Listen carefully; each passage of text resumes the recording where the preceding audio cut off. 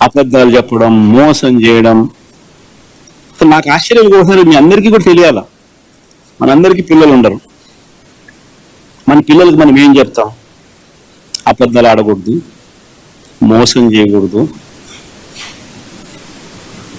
మన స్వార్థం కాదు ముఖ్యము, ఎదుటివాని మంచి చేయడం ముఖ్యము, మాట తప్పకూడదు, విలువలు ఉండాలి, విశ్వసనీయతలు పెంచుకోవాలి, అలానే బ్రతకాలి అని మనం మన పిల్లలకి చెప్తాం.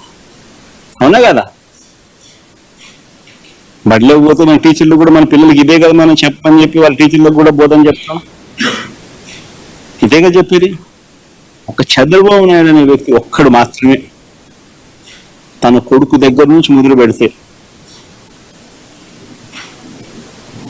తన పార్టీలో ఉన్న ఎవరికైనా కూడా, చిన్న నాయకుల దగ్గర నుంచి పెద్ద నాయకుల దాకా చెప్పే తీరి అబద్ధాలు చెప్పు, మోసం చేయి, మన స్వార్థమే ముఖ్యం, మన అవసరమే ముఖ్యం, మన స్వార్థం కోసం మనం ఏం చేసినా తప్పలేదు, ఏం మోసం చేసినా తప్పలేదు, అది ఇంకా ఒక ఘనకార్యం